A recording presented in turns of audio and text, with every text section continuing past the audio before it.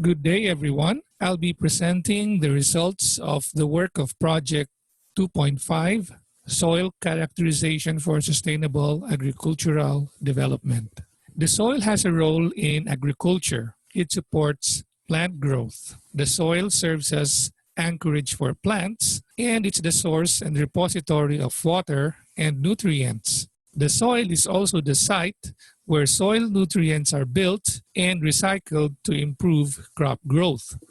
But the problems are the current nutrient levels in the soil do not meet the crop requirements. And there's also an absence of diagnosis on the properties of soils that can limit plant growth.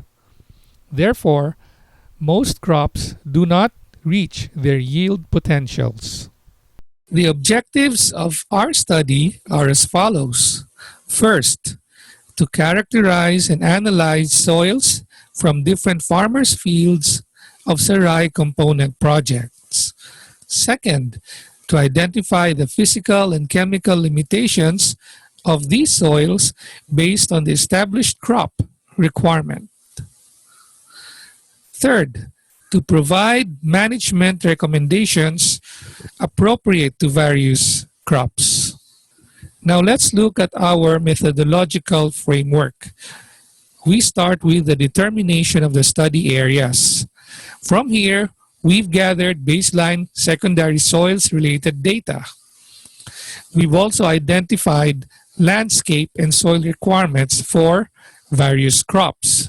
After that, we've conducted soil sampling and profile characterization on the different Sarai sites. We've gathered soil samples and conducted physical and chemical analyses in our soils laboratory. We've also identified the site's soil limitation based on the established crop or the crop to be planted. And from here, we've provided management recommendations appropriate to the crops. These maps will show you where the soil samples were obtained. The map on the left shows you the Sarai soil composite sample sites. The map on the right shows you the locations of various soil profiles. We've established soil requirements for various crops. The 9 crops are as follows. We provided the following information: crop sensitivity to flooding, abundance of rock fragments in the field, crop soil depth requirement, soil texture requirement, that means the ideal soil texture, suitable range of the following soil chemical characteristics, cation exchange capacity, base saturation, soil pH, organic carbon, and exchangeable sodium percentage. These are the general characteristics of the composite samples that we've gathered. The chart on the left shows you the distribution of soil composite samples per crop. About 23% of Sarai sites is planted to corn, 20% is planted to banana, and 16% is planted to rice. Now the chart on the right shows us the textural class distribution of various composite samples from Sarai sites. 26% of Sarai sites have clayey soils, 22% have clay loam soils, and another 22% have sandy loam soils. I will now turn you over to Joy and she will continue the presentation. The distribution of soil pH of these samples showed that majority are acidic soils, from extremely to moderately acidic. The bar graph in the middle shows the summarized N, P, and K content. A little 4% has high N and majority are medium to low, with 69% medium and 27% low N content. The P and K distribution is medium to high, while the OM distribution seen in pie graph showed 40% low and 54% medium OM content. These are the common soil fertility remarks. Acidic soils has effect on calcium, magnesium, and P availability. Thus, it will be limiting. Heavy texture soil may result on the drainage and root permeability problem. The low organic matter content is associated with stable N content in soil. These limitations require the following: application of lime for acid soils, improvement of land preparation as a measure for heavy texture soil. The drainage system for heavy texture soil cultivated with crops sensitive to flooding may also be established. Available zinc in soil cultivated with rice should be checked.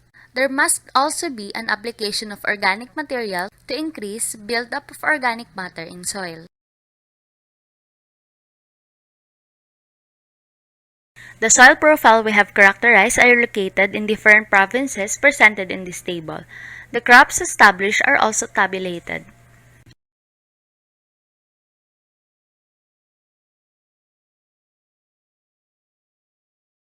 The soil are grouped into land classes. There is a rating average from 0 to 100 obtained by rating each soil characteristics based on requirements of crops. The land classification is as follows.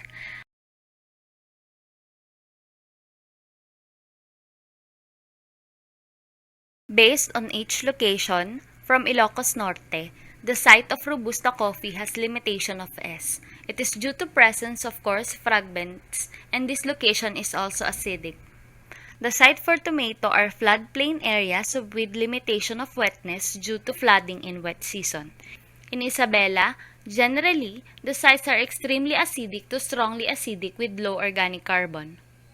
The soybean and corn areas in Etiague are strongly and extremely acidic respectively.